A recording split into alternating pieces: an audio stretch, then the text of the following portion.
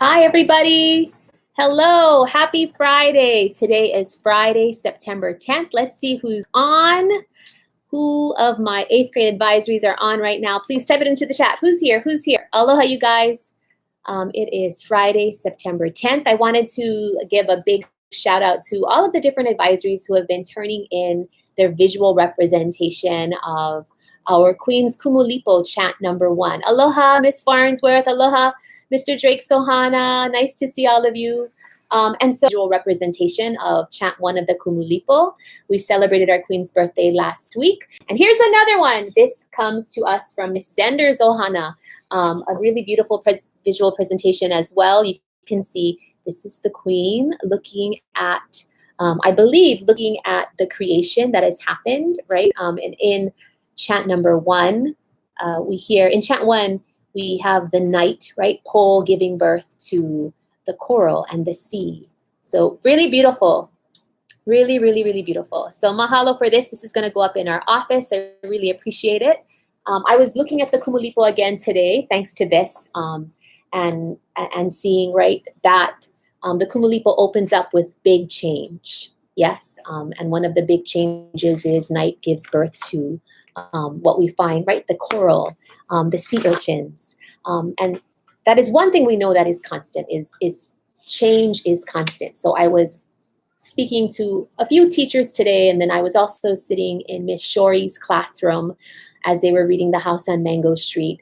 And I love The House on Mango Street. It's a book of vignettes about Esperanza, who is the narrator, and she speaks in poetic language. And in Esperanza's life, there's lots of change. I was reminded of this Olelo no E'au. It's Ikava ma mua, Ikava ma hope. And I'm still learning about the different Olelo no E'au. But this one reminded me of what is happening to us right now, what we are living, all of the different changes that are happening. And also, tomorrow is September 11th, and I'm going to share a little bit about that. This Olelo no Ke'au literally means ikava ma moa, ikava ma hope, that in the period of time ahead, in the period of time of the past. So what does that mean? It speaks to resilience, right? It speaks to we must always learn from our past. And we are seeing, right, last year, 2 years ago, vastly different from this year. And we've spoken about that many, many times on advisory and in your classrooms and with your families when you go home. But I also wanted to speak to resilience in remembering September 11th. So 20 years ago, and I know many of your teachers and your families have already spoken to you about this. 20 years ago, a tragedy happened in New York City.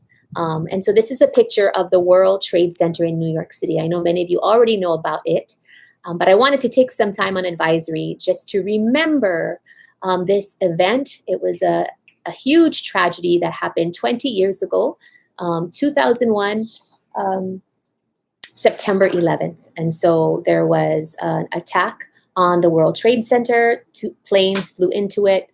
These buildings are no longer there. There is a beautiful memorial out in New York City, and many, many, many lives were lost. And it was something that, it was an event in the history of our time that was full of loss, shock, a big tragedy. And as I look back, there are many changes that event has brought. So like one change, you will not remember this, but I know the adults will remember, right? When we used to go to the airport, we never had to go through security and check our bags. Now we do. That's a different change. And some may say that is a good change. Extra protection, extra security, right? If you walk through the streets of New York City, you won't see this. You'll see a memorial and a lot of tribute to the families who lost their lives. Over 5,000 people lost their lives on this day, on September 11th. I lived in New York City for about 4 years. And that day, I remember I was not in New York. I know Miss Mailo was. She was sharing today that she was in college in Ithaca, New York, when this tragedy happened. I was actually in Matsuyama's store buying a musubi before I drove over the saddle to go to school at UH Hilo in Manoa. UH Hilo on the Hilo side. So a lot of memories are coming back. I remember waking up and my neighbor was pounding on my other neighbor's door saying, wake up, watch the news. And I didn't know what was going on. Instead, I went to Matsuyama's store and I bought my musubi. And then all of a sudden I heard, you know how Matsuyama plays music? The music went off, the radio station, the radio announcer had said that all school was canceled, that even UH Hilo was canceled, like college was canceled. So I drove home and I was like, what is going on? And I turned on the news and I saw what was happening. And so I wanted to take some time today, right?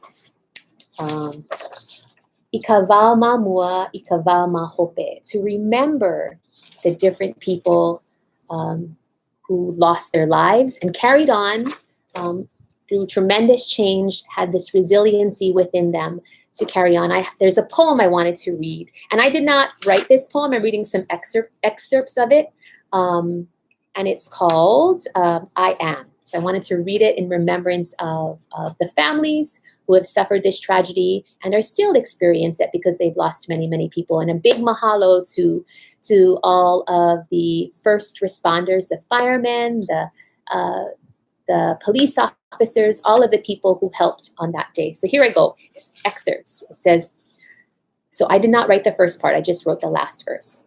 It is by Frederick and Marianne Broussat. They were living in Manhattan and working in Manhattan on this very day. And so they wrote this reflection. The whole poem, it's like 10 pages, but I'm only reading an excerpt. I am a World Trade Center tower, standing tall in the clear blue sky, feeling a violent blow in my side. And I am towering inferno of pain and suffering, imploding upon myself and collapsing to the ground. May I rest in peace. I am a bed of flowers admired daily by thousands of tourists now buried under 5 stories of rubble. May I rest in peace. I am a firefighter set into the dark corridors of smoke and debris on a mission of mercy, only to have it collapse around me. And I am a rescue worker, risking my life to save lives, who is very aware that I may not make it out alive. May I rest in peace. I am a tourist in Times Square, looking up at the giant TV screens, thinking I'm seeing a disaster movie as I watch the Twin Towers crash to the ground. And I am a New York woman, sending emails to friends and family, letting them know that I am safe. May I know peace. I am a blood donor waiting in line to make a simple but very needed contribution for the victims. May I know peace. I am a loyal American who feels violated and worries that people who look and sound like me are all going to blame me for this tragedy. May I know peace. And this part I wrote. I am a mom, a wife, a principal here at our school. My heart is full of sadness for the families who have felt loss. My heart is full of hope because I know that Kumu and Haumana here will try their best every day to live aloha. May we all know peace. All right. So that was my tribute to September 11th. Tomorrow is September 11th. It's the 20th anniversary commemorating, we remember those victims who passed away, and mahalo to all of the people who supported the families and victims of this tragedy. I hope as we move forward, we look upon our past to learn about how strong we are inside, and that it is hard to go through tragedy. It is hard to go through change, and to remember that we have each other, to remember that within each of us, we have the kuleana to live aloha every single day. All right, my friends, thank you so much. Have a good day. Happy Friday.